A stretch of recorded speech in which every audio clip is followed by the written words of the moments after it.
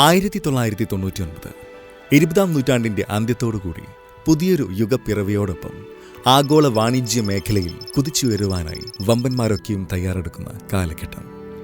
United States of അമേരിക്കയിലെ ഡിട്രോയിറ്റിൽ Ford മോട്ടോഴ്സിന്റെ ആസ്ഥാനത്തേക്ക് Indian automotive manufacturing കമ്പനിയായ Tata Motors ലിമിറ്റഡിന്റെ ചെയർമാൻ രത്തൻ ടാറ്റയും സംഘവും പറന്നിറങ്ങി.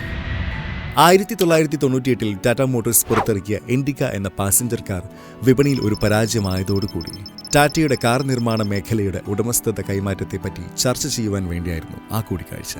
പൂർണ്ണമായും ഇന്ത്യയിൽ നിർമ്മിക്കപ്പെട്ട ഒരു കാർ എന്ന സ്വപ്നത്തിൽ നിന്നുമായിരുന്നു ടാറ്റ ഇൻഡിക്ക രൂപം കൊണ്ടത്.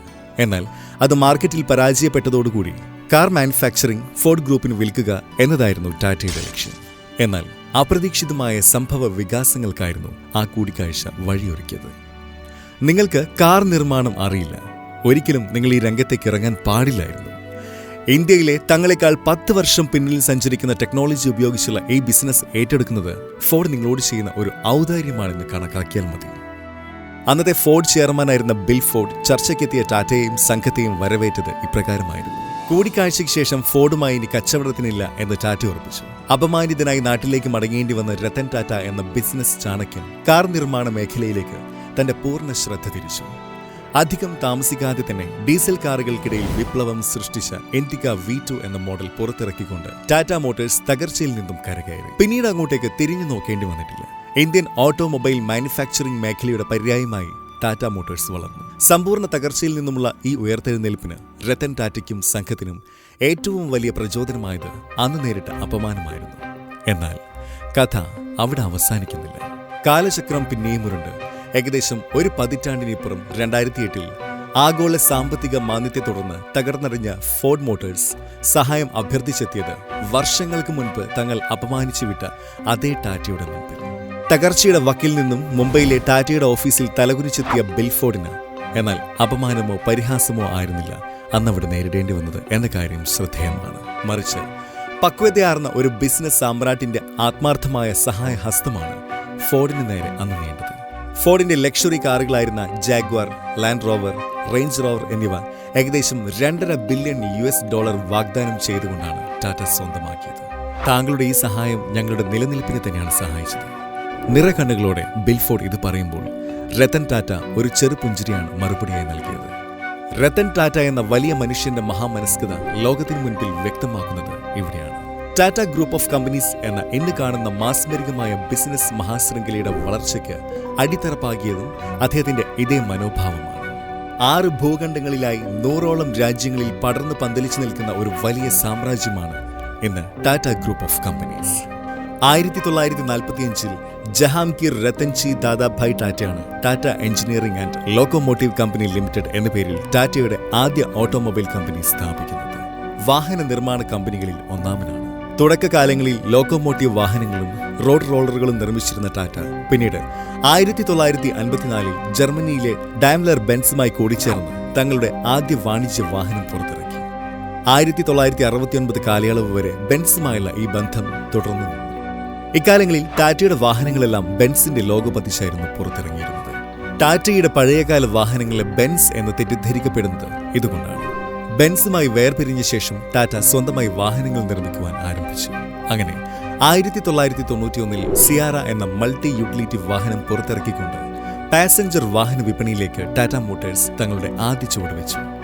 തൊട്ടടുത്ത വർഷം തന്നെ എസ്റ്റേറ്റ് എന്ന പേരിൽ ഒരു സ്റ്റേഷൻ വാഗൺ ടാറ്റ പുറത്തിറക്കിയെങ്കിലും ഇന്ത്യൻ വിപണിയെ മൊത്തത്തിൽ പിടിച്ചുകുലുക്കിയത് 1994 പുറത്തിറങ്ങിയ ടാറ്റയുടെ രണ്ടാമത്തെ MUV ആയ ടാറ്റ സുമോയുടെ വരവോടെയായിരുന്നു. പല വേരിയന്റുകളായി നിരത്തിലിറക്കിയ സുമോ എന്ന മോഡലിലൂടെ ടാറ്റ മോട്ടോഴ്സ് വലിയ തോതിൽ ജനപ്രീതി ആകർഷിച്ചു. സ്വകാര്യ വാഹനമായും ടാക്സിയായും രാജ്യസുരക്ഷയ്ക്കായി ഇന്ത്യൻ ആർമിയിലും പോലീസ് ഡിപ്പാർട്ട്മെന്റുകളിലും വരെ ടാറ്റ സുമോ ഇന്നും നിലവിൽ ഉപയോഗിക്കപ്പെടുന്നു എന്നത് ആ വാഹനത്തിന് ലഭിച്ച സ്വീകാര്യത എത്രത്തോളമാണെന്ന് ചൂണ്ടിക്കാണിക്കുന്നു. അതോടൊപ്പം തന്നെ രാജ്യത്തിന് ടാറ്റ എന്ന പേരിനോടുള്ള വിശ്വാസം എത്രത്തോളമാണ് എന്നുള്ളതും ഒരു സുപ്രധാനമായ ഘടകമാണ്. 8 പതിറ്റാണ്ടുകളോളമായി ടാറ്റയും ആ വിശ്വാസത്തോട് നീതി പുലർത്തുന്നുണ്ട്. അങ്ങനെ 1998 എതിരാളികളുടെ പോലും വായടപ്പിച്ചുകൊണ്ട് ടാറ്റ ചരിത്രപ്രധാനമായ മറ്റൊരു ലോഞ്ചിങ് കൂടെ നടത്തി. ഇന്ത്യയുടെ ആദ്യ SUV ആയ ടാറ്റ സഫാരി. സിനിമാ താരങ്ങൾ മുതൽ അധോലോക നായകന്മാർ വരെ സ്വന്തമാക്കാൻ മത്സരിച്ച ടാറ്റയുടെ ദ മോസ്റ്റ് സ്റ്റൈലിഷ് കാർ. ടാറ്റയുടെ കാറുകൾ പ്രദർശിപ്പിക്കാത്ത ഒരു ഇന്ത്യൻ സിനിമ പോലും അന്ന് നിലവിലുണ്ടായിരുന്നില്ല എന്നത് മറ്റൊരു അത്ഭുതപ്പെടുത്തുന്ന വസ്തുതയാണ്. ടാറ്റ എന്ന നാമം ഇന്ത്യൻ ജനതയുടെ മനസ്സിൽ അത്രത്തോളം ആഴത്തിൽ പതിഞ്ഞിരുന്നു. ഇതിനോടകം തന്നെ ടാറ്റ ഇന്ത്യയുടെ ഒരു ജീവിത ശൈലിയായി മാറിക്കഴിഞ്ഞിരുന്നു. ഇന്ത്യൻ മിലിറ്ററിക്കായി ടാറ്റ സഫാരിയുടെ പ്രത്യേക വേരിയന്റുകൾ നിർമ്മിച്ച് നൽകുന്നുണ്ട്. പല കേന്ദ്ര സംസ്ഥാന ഗവൺമെന്റ് സെക്ടറുകളിലും ടാറ്റയുടെ വാഹനങ്ങൾ ധാരാളമായി ഉപയോഗിക്കപ്പെടുന്നുണ്ട്. പ്രവർത്തനക്ഷമതയും പൂർണ്ണമായും ഒരു ഇന്ത്യൻ ബ്രാൻഡ് എന്ന വിശേഷണത്തിനും പുറമെ ജനങ്ങളും സർക്കാരും ഒരുപോലെ ടാറ്റയിൽ അർപ്പിക്കുന്ന വിശ്വാസമാണ് ഇതിന്റെ പ്രധാന കാരണം. വിറ്റുവരവും ലാഭവും മാത്രം കണക്കിലെടുക്കുന്ന വെറുമൊരു ബിസിനസ്സുകാരനല്ല. നൂറ്റാണ്ടുകളായി ഇന്ത്യൻ എക്കണോമിയെ രൂപപ്പെടുത്തുന്നതിൽ സുപ്രധാന പങ്ക് വഹിച്ച ഇൻഡസ്ട്രിയലിസ്റ്റുകളാണ് ടാറ്റ ഗ്രൂപ്പ്. ടാറ്റയുടെ ലാഭത്തിന്റെ ഭൂരിഭാഗം പങ്കും ചിലവഴിക്കപ്പെടുന്നത് ജീവകാരുണ്യ പ്രവർത്തനങ്ങൾക്കും മറ്റ് ചാരിറ്റി പ്രവർത്തനങ്ങളിലുമാണ്. തികഞ്ഞ രാജ്യസ്നേഹികൾ. ഇതേ രാജ്യസ്നേഹമാണ് പിന്നീട് പൂർണ്ണമായും ഇന്ത്യയിൽ നിർമ്മിക്കപ്പെട്ട ഒരു കാർ എന്ന ചിന്തയിലേക്ക് ടാറ്റ മോട്ടേഴ്സിനെ കൊണ്ടെത്തിച്ചത്. അങ്ങനെ 1998 ടാറ്റ ഇൻഡിക്ക എന്ന പാസഞ്ചർ കാറിന്റെ രൂപത്തിൽ അത് സാക്ഷാത്കരിക്കപ്പെട്ടു.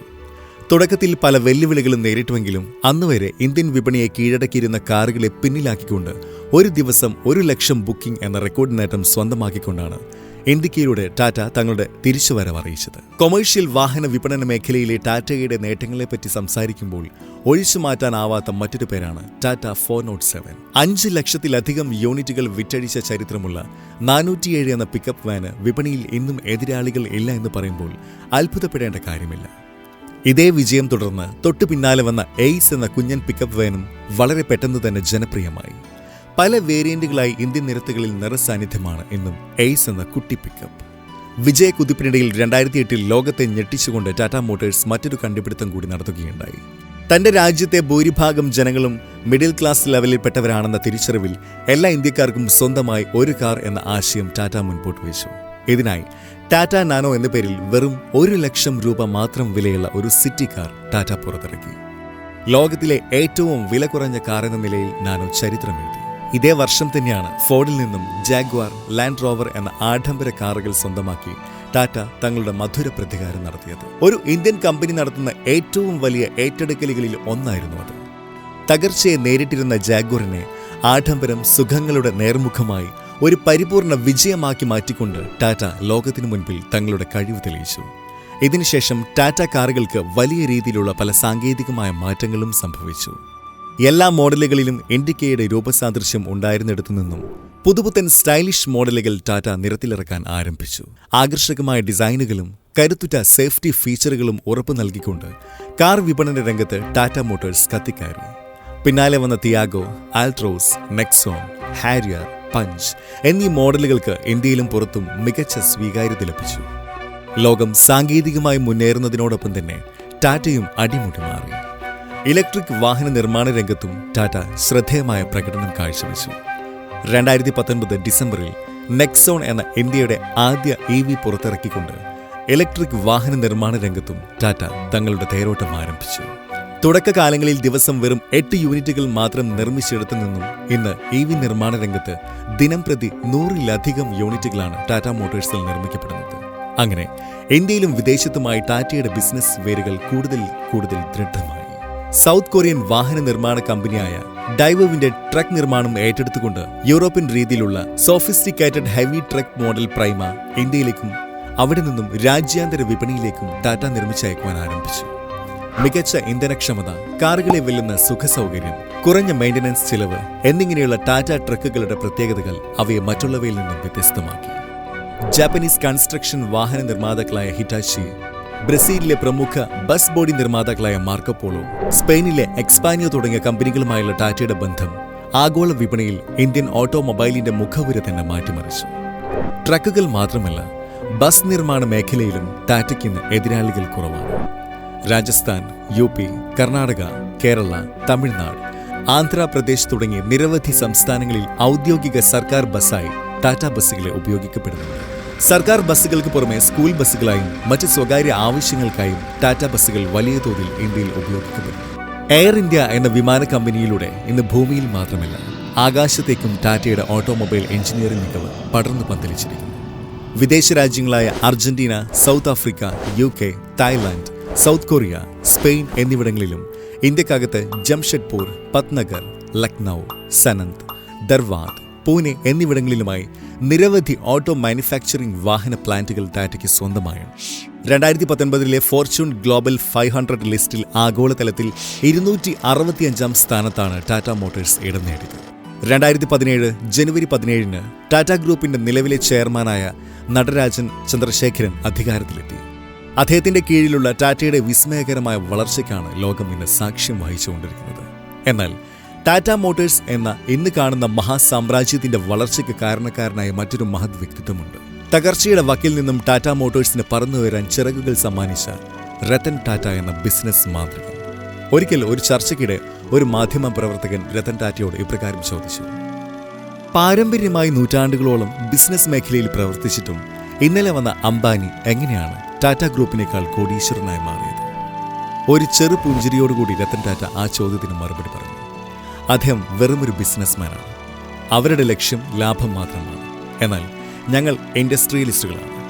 ലാഭത്തെക്കാൾ ഉപരി ഞങ്ങൾക്ക് രാജ്യത്തിന്റെ പുനർനിർമ്മാണത്തിനായുള്ള വലിയൊരു ഉത്തരവാദിത്വമുണ്ട്.